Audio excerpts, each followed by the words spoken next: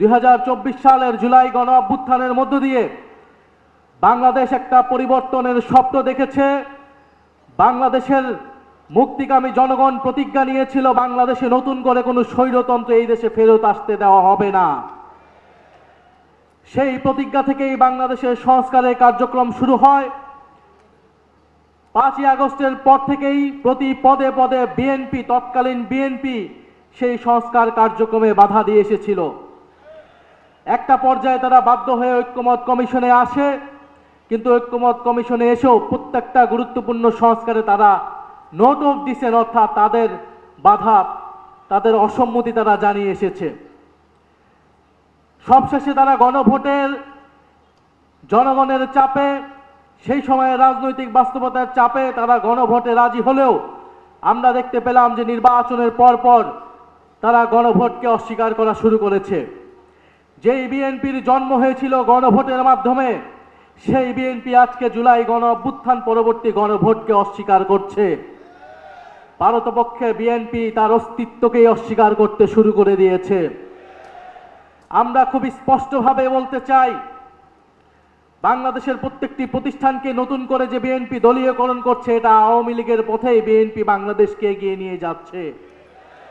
BNP যদি আওয়ামী লীগের পথে, পুরনো স্বৈরাচারের পথে এই দেশকে এগিয়ে নিয়ে যেতে চায়, তাহলে বাংলাদেশের জনগণ আবারও রুখে দাঁড়াবে, বাংলাদেশের তরুণ সমাজ আবারও রুখে দাঁড়াবে, বাংলাদেশের জুলাই গণ অভ্যুত্থানে অংশগ্রহণকারী প্রত্যেকটি ছাত্র জনতা আবারও রাজপথে দাঁড়াতে বাধ্য হবে।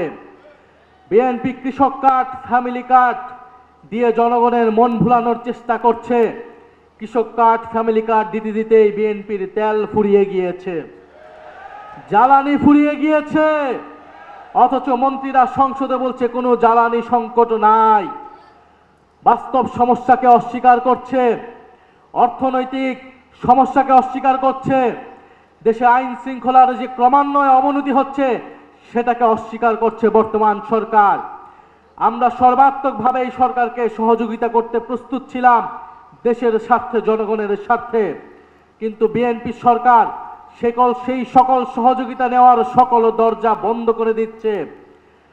আমার জানা নেই, যারা এখানে অভিজ্ঞ আছেন, মুরব্বী আছেন, তারা বলতে পারবেন বাংলাদেশের ইতিহাসে এত কম সময়ে, মাত্র 2 মাসে কোন সরকার এতটা অজনপ্রিয় হয়েছিল কিনা। বিএনপি সেটা বাস্তবে প্রমাণ করে দিয়েছে। এই সরকার 2 মাসে যতটা অজনপ্রিয় হয়েছে, আমরা জানি না আগামী 6 মাসে তার পরিণতি কি হবে, তার অবস্থান কি হবে।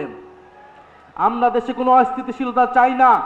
আমাদের দাবি একটাই, গণভোটের গণরায় বাস্তবায়ন করে জুলাই গণ অভ্যুত্থানকে প্রকৃত সম্মান দেওয়া, জুলাই শহীদ পরিবারকে প্রকৃত সম্মান দেওয়া, আহত যোদ্ধাদের প্রকৃত সম্মান দেওয়া।